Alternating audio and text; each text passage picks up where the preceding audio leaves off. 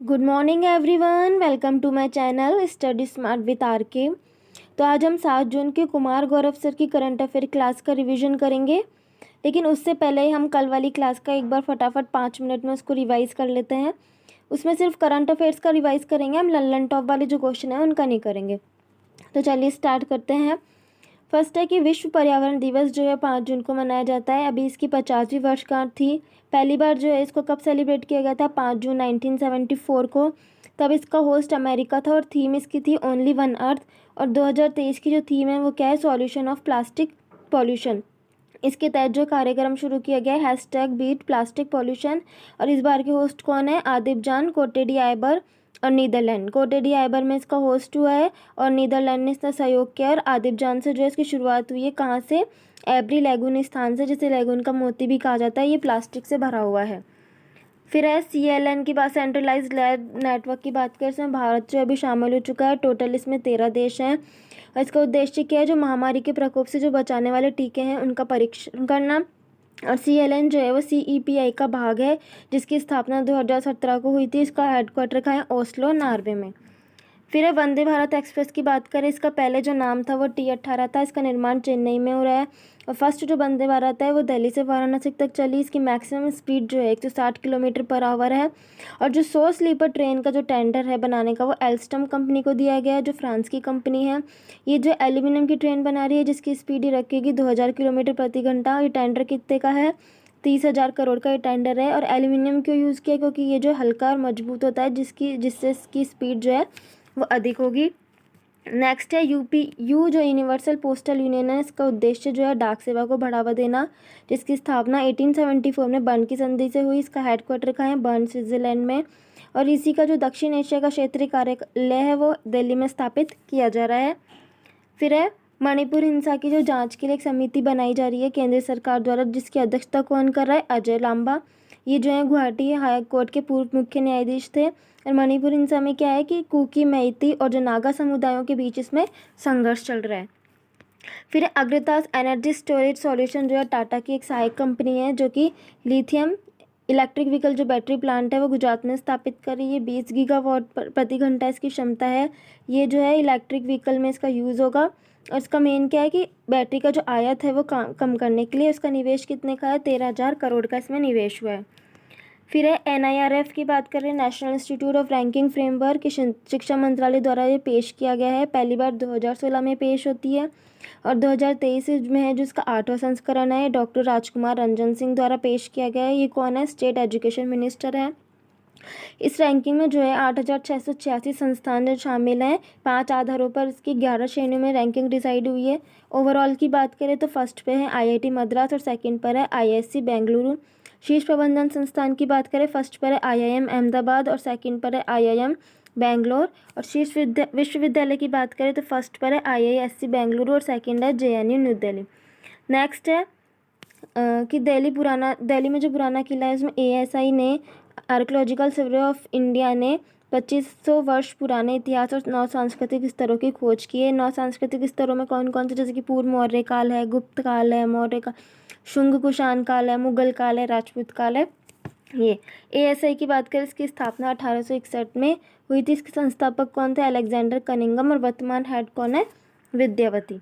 फिर आता है लेवेंडर फेस्टिवल जम्मू कश्मीर का है, भद्रवाह घाटी में इसका आयोजन हो। इसे पर्पल रिवॉल्यूशन भी कहते हैं। ये जो डॉक्टर जितेंद्र सिंह द्वारा शुरू किया गया है। और करने वाला कौन है? CSIR करने वाला सुगंध मिशन के तहत। CSIR की स्थापना 1942 को। इसके हेड जो है प्रधानमंत्री होते हैं। और वर्तमान महासचिव कौन है? नल्लाथम्बी कलाईसेल्वी। फिर है IGMDP integrated guided missile development programme. इसकी शुरुआत APJ अब्दुल कलाम ने 1983 में की थी। इसके तहत जो है 5 बैलिस्टिक मिसाइल तैयार की गई है, जो पृथ्वी, अग्नि, त्रिशूल, नाग और आकाश।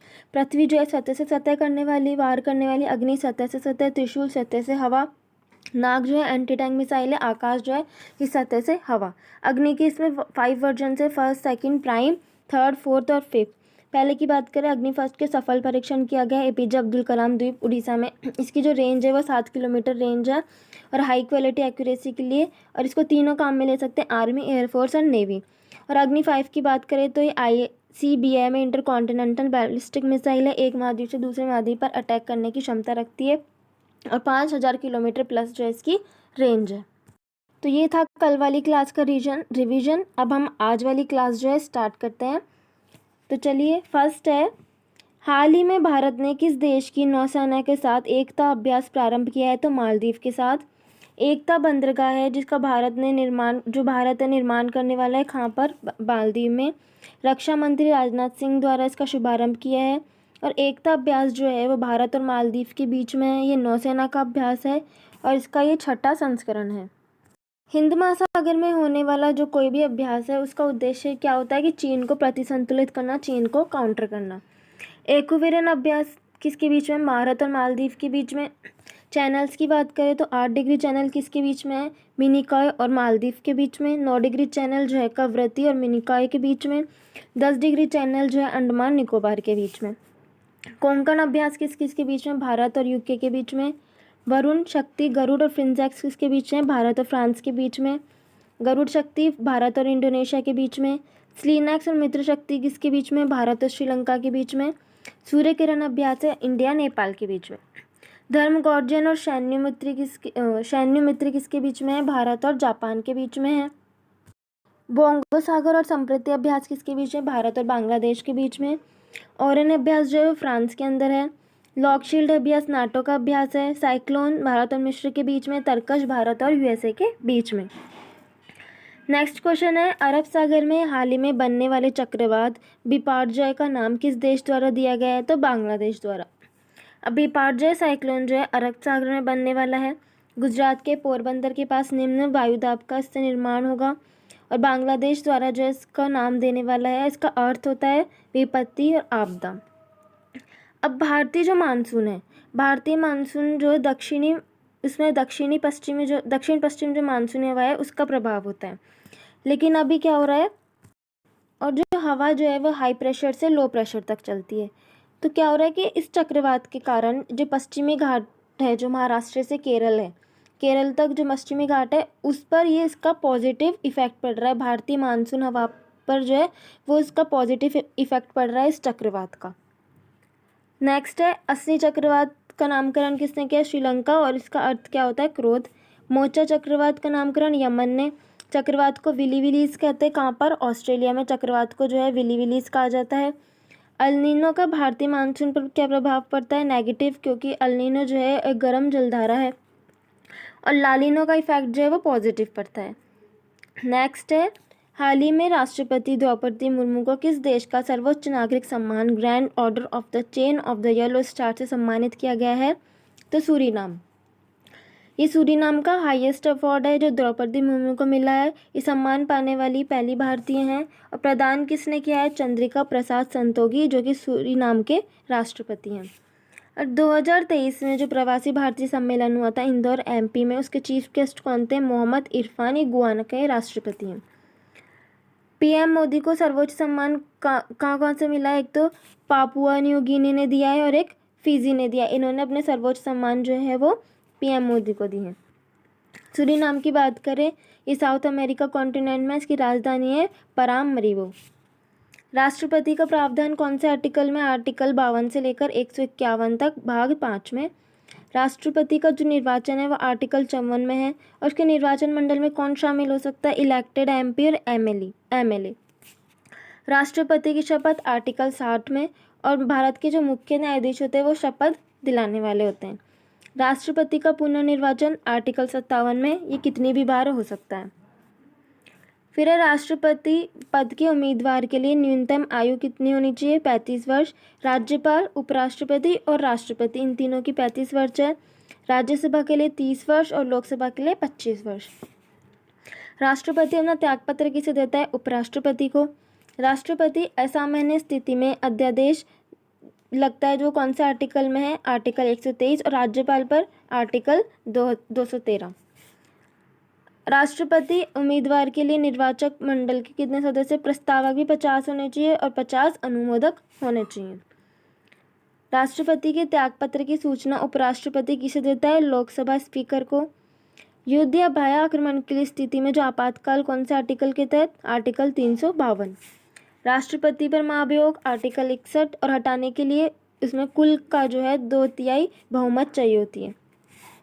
राष्ट्रपति चुनाव में अगर कोई विवाद होता है तो उसका निपटारा कौन करता है? Supreme court. और कौन से आर्टिकल में? 71।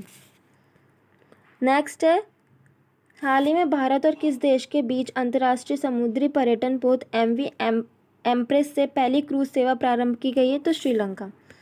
MV एम्प्रेस जो है अंतर्राष्ट्रीय समुद्री पर्यटन पोत है, ये भारत और श्रीलंका की पहली क्रूज सेवा है जो 5 जून को चेन्नई से रवाना हो चुका है और कहाँ पर जाने वाला है? हम्बनटोटा पोर्ट और त्रिकोमाली पोर्ट पर, जिसका शुभारंभ है सर्बानंद सोनोवाल द्वारा किया जा रहा है जो कि शिपिंग मिनिस्टर है। MV गंगा विलास ये वाराणसी से डिब्रूगढ़ तक, वाराणसी यूपी और डिब्रूगढ़ आसाम में, इसने अभी तक 3200 किलोमीटर की दूरी तय कर चुका है। कालादान मल्टी मॉडल प्रोजेक्ट किसके बीच में? भारत और म्यांमार के बीच में। इसी के द्वारा पहला जो जहाज लॉन्च किया गया वो कौन सा था? MV lion. मैत्री पाइपलाइन भारत बांग्लादेश के बीच में डीजल सप्लाई के लिए। चाबार बंदरगाह ईरान में भारत द्वारा बनवाया गया। फिर नेक्स्ट है, हाल ही में वित्तीय समावेशन के लिए अंतर्राष्ट्रीय डैशबोर्ड किसने लॉन्च किया है? तो RBI ने। वित्तीय समावेशन की बात करें तो इसका मतलब होता है कि कतार में खड़ा हुआ जो अंतिम व्यक्ति है उसको भी बैंकिंग सिस्टम से जोड़ना। जैसे कि इसका उदाहरण है एक प्रधानमंत्री जनधन योजना जिसकी शुरुआत 28 अगस्त 2014 को हुई थी, जिसमें 0 बैलेंस अकाउंट खोले गए थे। तो इसी के क्या हुआ, वित्तीय समावेशन के लिए अंतर्राष्ट्रीय डैशबोर्ड लॉन्च किया गया है RBI द्वारा। और RBI के वर्तमान गवर्नर कौन है? शक्तिकांत दास। ये क्यों लॉन्च किया गया है? क्योंकि वित्तीय सेवा किस क्षेत्र में कम पहुंच रही है उसकी पहचान करना। RBI के द्वारा एक दक्ष पोर्टल और हार्बिंगर लॉन्च किया गया है। बैंक गारंटी जारी करने वाला पहला बैंक कौन सा है? SGFC। और SBI का पुराना नाम क्या था? Imperial bank.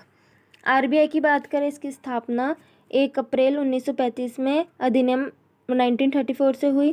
प्रतीक चिन्ह की बात करें, ताड़ का वृक्ष, पाम ट्री और रॉयल बंगाल टाइगर है। पहले गवर्नर कौन थे इसके? Osborne Smith. और पहले भारतीय गवर्नर कौन थे? CD देशमुख। इसकी जो स्थापना है यंग हिल्टन या शाही आयोग की सिफारिश पर हुई थी। और 1 रुपये के नोट पर किसके हस्ताक्षर होते हैं? वित्त सचिव के, और उससे अगर ज़्यादा हों तो RBI के जो गवर्नर है उसके। 4 नोट प्रेसेस की बात करें कहाँ कहाँ पर है? एक तो देवास MP में, नासिक महाराष्ट्र में, सलबोनी वेस्ट बंगाल में और मैसूर कर्नाटक में। नेक्स्ट है, हाल ही में PM मोदी ने विश्व पर्यावरण दिवस पर कौन सी योजना की शुरुआत की है? तो मिस्ट्री योजना और अमृत धरोहर योजना। पर्यावरण मंत्रालय द्वारा इन 2 योजनाओं की शुरुआत होती है, मिस्ट्री योजना और अमृत धरोहर योजना। मंत्री कौन आते हैं इसके? भूपेंद्र यादव। ये जो घोषणा है वो बजट 2023-24 में ही कर दी गई थी।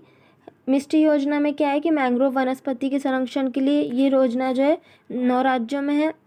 और अमृत धरोहर योजना है जिसमें 75 रामसर साइट्स के संरक्षण के लिए 3 वर्ष के लिए हैं। 2 फरवरी 1971 में जो रामसर कन्वेंशन जो हुआ था ईरान, इसमें वेटलैंड संरक्षण की बात की। वेटलैंड इसे रामसर साइट को बोलते हैं। और सर्वाधिक वेटलैंड्स कहाँ पर है? तमिलनाडु में। फिर दयालु योजना चिराग और अधिगम जो है वो हरियाणा की हैं। लाडली बहन योजना मध्य प्रदेश की है। एक पंचायत एक खेल का मैदान ये केरल की है। नारी को नमन योजना हिमाचल प्रदेश की है। अर्न विद लर्न योजना त्रिपुरा की। कौशल्य मातृत्व योजना छत्तीसगढ़ की। मुख्यमंत्री अनुप्रति कोचिंग योजना राजस्थान की। और पंचामृत योजना यूपी की, गन्ने की खेती के लिए है। नेक्स्ट है, हाल ही में क्लस्टर पुनर्विकास कार्यक्रम का शुभारंभ कहाँ किया गया है? तो महाराष्ट्र में। क्लस्टर पुनर्विकास कार्यक्रम इसका जो है एकनाथ शिंदे जो CM है, महाराष्ट्र के जो CM है एकनाथ शिंदे, उनके द्वारा किया गया है। इसमें क्या होगा कि 1500 हेक्टेयर भूमि पर 10,000 घर बनने वाले हैं। ये जो क्लस्टर है वो एशिया का सबसे बड़ा क्लस्टर होने वाला है। फिर है एलोरा के कैलाश मंदिर का निर्माण जो है वो कृष्ण फर्स्ट ने करवाया था। ये राष्ट्रकूट वंश के जो है इनके संस्थापक कौन थे? दंती दुर्ग। राष्ट्रकूट वंश के संस्थापक थे वो कौन थे? दंती दुर्ग। और इसकी खास बात क्या है इस मंदिर की कि एक ही पहाड़ी को ऊपर से नीचे तक काट कर ये बनाया गया है। औरंगाबाद का नया नाम क्या किया गया है? छत्रपति संभाजी नगर। पहला विश्व हिंदी सम्मेलन कहाँ हुआ था? नागपुर में 1975 में। मुंबई और नासिक के बीच जो दर्रा है उसको क्या कहते हैं? थालघाट। और मुंबई और पुणे के बीच में जो है उसको बोलते हैं थोरघाट। नेक्स्ट है, हाल ही में KFON परियोजना का शुभारंभ कहाँ किया गया है? केरल में। केरल जो है देश का पहला राज्य है जिसने खुद का अपना इंटरनेट शुरू किया है। KFON प्रोजेक्ट, इसकी फुल फॉर्म की बात करें केरल फाइबर ऑप्टिकल नेटवर्क। ये कहाँ से शुरू हुआ है? तिरुवनंतपुरम से शुरू हुआ है। इसमें क्या है कि गरीबी रेखा से जो नीचे वाले 20 लाख लोगों को फ्री इंटरनेट कनेक्शन मिलेगा। ऑप्टिकल फाइबर प्रकाशीय तंतु किस सिद्धांत पर कार्य करता है? तो TIR पे, टोटल इंटरनल रिफ्लेक्शन पे। इसके जैसे कुछ एग्जाम्पल है, हीरे का चमकना, मरीचिका। फिर है निजता का आधार, राइट टू प्राइवेसी, जो मौलिक आधार कौन सा आर्टिकल में? आर्टिकल 21। केरल की क्लासिकल लैंग्वेज मलयालम। केरल तट को मालाबार कोस्ट कहते हैं। केरल के शास्त्रीय नृत्य कथकली और मोहिनी अट्टम। केरल का मार्शल आर्ट कौन सा है? कलारी पट्टू। नेक्स्ट है, हाल ही में थाईलैंड ओपन बैडमिंटन टूर्नामेंट का पहला महिला एकल वर्ग खिताब किसने जीता है? तो एन से यंग ने।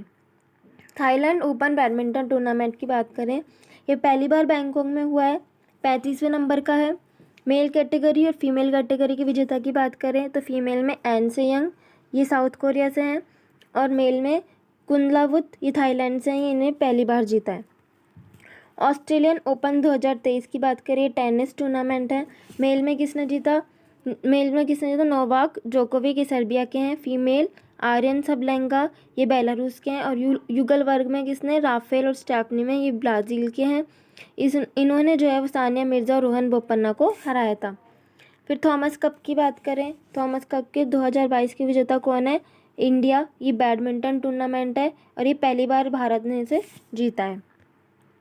नेक्स्ट है, हाल ही में दिवंगत हुए सरबजीत सिंह पैंटल का संबंध किस क्षेत्र से था? अभिनय के क्षेत्र से। सरबजीत सिंह, इन्हीं का नाम गुफी पैंटल भी है, इनका निधन हो चुका है। ये जो है महाभारत के शकुनी मामा का इन्होंने अभिनय किया था। सतीश कौशिक, इनका भी निधन हो चुका है, ये भी एक्टर हैं। डॉक्टर कनक रेले, एक क्लासिकल डांस से संबंधित है, इनका मोहिनी अट्टम से।